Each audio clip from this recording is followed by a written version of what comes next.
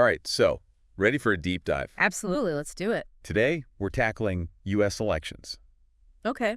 And honestly, I thought I had a decent handle on this whole thing. You know, voting booth, every few years, bam, democracy. Right. But the sources you sent over, it's like realizing there's this whole hidden factory behind how those voting booths even get there in the first place. It's way more intricate than people realize, and that's why I think this deep dive is going to be really interesting. Yeah, for sure. So, okay, let's start with what I thought was the beginning, you know, the presidential election. Okay. One of the first things that jumped out at me from these sources, we don't even directly elect the president. Yeah. It's this whole Electoral College system. Yeah.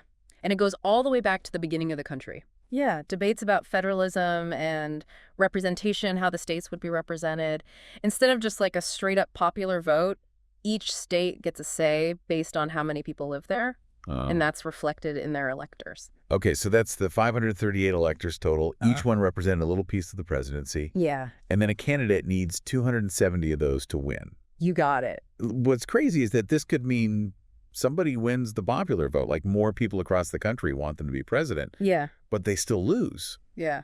Which has happened before, right? It has happened a few times, yeah. It's kind of a big deal. It's definitely a fascinating dynamic. You know, it means that campaigns have to think about winning states, not just votes from people. Right. And so you see a lot of activity in those swing states. Right, because those are the ones that are kind of up for grabs. Exactly. It's like high stakes capture the flag, but like political. Yeah. Speaking of strategy, though, we've got primaries and caucuses. Right. That's how each party picks their candidate before we get to the general election. Exactly. So it's like the playoffs before the championship. I like that analogy, yeah. And this whole thing unfolds over months, right? It does, yeah. Starting in January. With Iowa and New Hampshire. Now, why do those two get to go first? What's so special about them? You know, it's more tradition than anything else, but it gives them a lot of weight. Right. Because everyone's watching. Everyone's watching. You have candidates out there in those tiny Iowa towns doing whatever they can to get those votes. Man, talk about pressure. And then it all comes down to Election Day. Right. Which is always on that, what is it, the first Tuesday after the first Monday in November. Yes. I can never quite wrap my head around that. It's to avoid Sundays and market days, historically. Ah, okay. But you're right, it is November. But I guess that's just tradition at this point. Pretty much, yeah. Was we have Election Day, but the Electoral College doesn't actually vote until December. That's right. So even though we have a pretty good idea on election night, it's not really official until December. It's not final, no. It's like the whole country is just kind of holding its breath until December. Right. But, okay, we've been talking a lot about the presidential race. Yeah. What about Congress? Okay.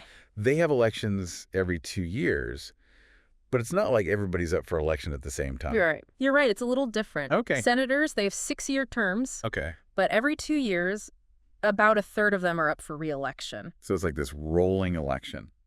Yeah, you could say that. Always something happening. That's right. Keeps things interesting. Exactly. And it means you've always got that mix of experience, you know, people who've been there for a while, and then some fresh faces. That makes sense. So what about the House of Representatives? Now, the House, it's a different story.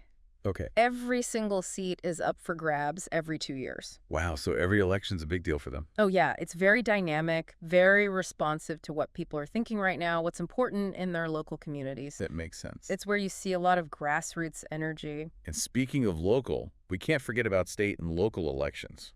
Absolutely not. So important. Sometimes those seem less, I don't know, flashy. Yeah, they don't always get the same attention.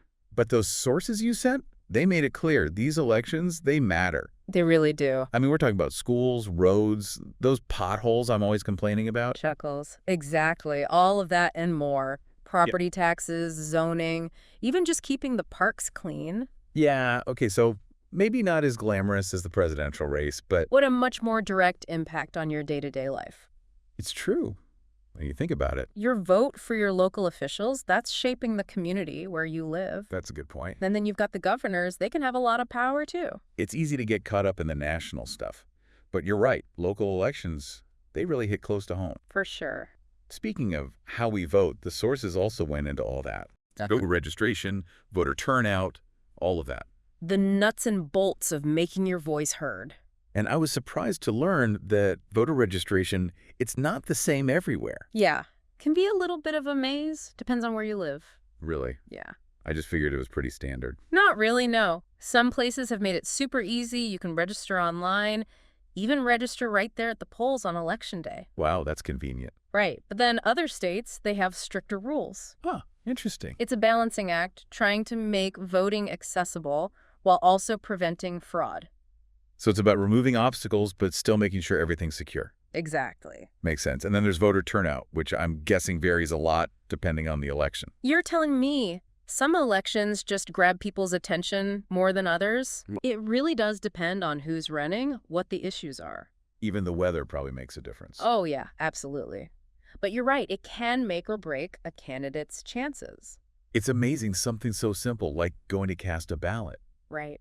But it's influenced by all these things, all these decisions people make, all these outside factors. But it's the beauty of it, all these individual choices adding up to something bigger. It's like this giant collective action. And your voice is part of it. You mentioned different ways to vote, like early voting, absentee voting. Right. This is how we make it easier for people to participate.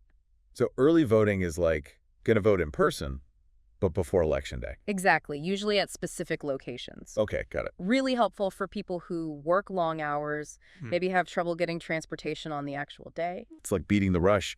What about absentee voting? That's all about voting by mail. Oh, right. Okay. It used to be mainly for people who couldn't physically get to the polls, like the military serving overseas. Right. But now, a lot of states, you can request an absentee ballot for any reason. Huh. I didn't know that. It's been a game changer, especially for people with disabilities or if you live far away from a polling place. That makes a lot of sense. So there are a lot of options for how to actually cast your vote. There are, and the more options we have, the more people can participate. I like it. But we do have to acknowledge the U.S. election system, it has its flaws. Right. No system is perfect. There are always conversations happening about how to make it fairer, more representative. Like what? Yeah. What are some of the big issues that people are talking about? Yeah. So are there other things besides voter registration that are kind of hot button issues when it comes to, who gets to vote and how easy it is? Yeah, definitely. Voter ID laws have been a big one lately. Right. Voter ID laws. I hear that a lot, but I'm not sure I totally get it. It's one of those things where you've got strong opinions on both sides. Okay. The basic idea is you have to show a government-issued ID at the polls, like a driver's license or a passport. Okay. And people who like these laws, they say it's about preventing fraud, making sure only citizens are voting. Yeah, you want to make sure it's all legit. Exactly. But then the other side, they say it creates obstacles for people who might not have those IDs easy to hand. So someone might be totally eligible to vote, but they don't have the right ID or it's expired or something. Right. Or maybe they can't afford to get one, or they don't have transportation to go get it. Right. Those are all barriers. And critics say these burdens, they often fall harder on certain groups of people, low-income folks, minorities, older voters. People who might already have a tougher time making their voices heard. Exactly. So it becomes this question of how much security do you need versus how easy are you making it for everyone to vote? Right. Finding that balance. Exactly, because you want everyone who's eligible to be able to vote without jumping through hoops. Okay, that makes sense. That's a tough one. It is. And what about how the votes are actually counted? The sources mentioned some concerns about those electronic voting machines. Yeah, that's another big one, especially as technology becomes a bigger part of elections. Right. You want to make sure those systems are secure, that they can't be hacked or anything. Yeah, it seems like everything's digital these days, which is convenient, but also maybe a little risky. Right. So you need that transparency. You need to be able to audit the results, make sure everything adds up. So if something seems off, you can go back, check. Exactly. And having a paper trail, that can be really important. Okay, so it's not just about the machines themselves. It's about the whole system around them. Exactly. And people need to understand how it all works, be engaged so they can hold the system accountable. That's a good point.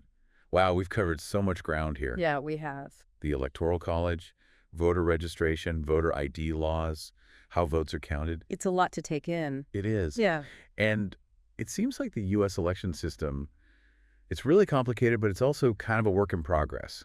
It is. It's always changing, always evolving, and that's because at its heart, it's really about us, the citizens. Right. We're shaping the system by how we participate or don't. Exactly. And the debates we're having about voting rights, about fairness, that's all part of the process. It's like we're constantly trying to make this whole democracy thing better, more representative. And that's a good thing. It means we care, we're paying attention. That's a really good point. It's not perfect, but it's ours, I like that. So as we wrap up here, What's the one thing you want our listeners to take away from all of this? Don't underestimate your own power in all of this. Okay. Your voice matters, your vote matters, whether it's for president or for your local school board. Right. Stay informed, ask questions, and get involved. I love that. Such a great message. Make your voice heard. Well said. Thanks for joining us for this deep dive into the U.S. election system. It's been eye-opening. And remember, everyone, democracy is not a spectator sport. Get out there and vote.